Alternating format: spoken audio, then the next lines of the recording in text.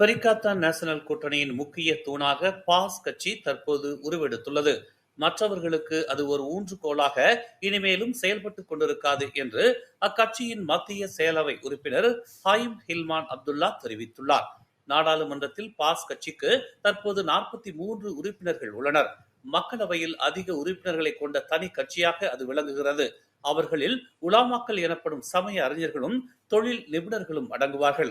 அக்கூட்டணியின் செயல் திட்டத்தை வகுக்கும் போது பாஸ் கட்சியின் கருத்துக்களையும் பெரிக்காத்தான் கூட்டணி பரிசீலிக்க வேண்டும் என்று அவர் தெரிவித்தார்.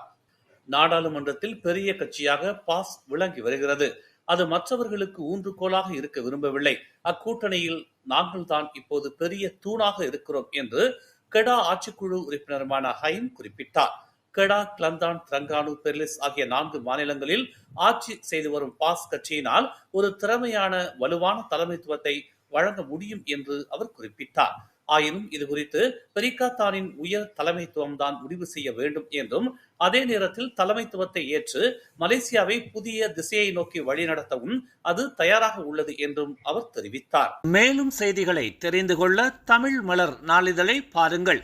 உடனுக்குடன் செய்திகளை தெரிந்து கொள்ள தமிழ் மலர் இணையதளம், தமிழ் மலர் செயலி மற்றும் மலர் டிவி யூடியூப் சேனலை வலம் வாருங்கள்.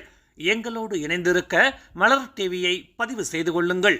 உறவுகள் மகிழ்ந்திட விருப்பம் மற்றும் பகிர்வு சேவையை சொடுக்கிடுங்கள்.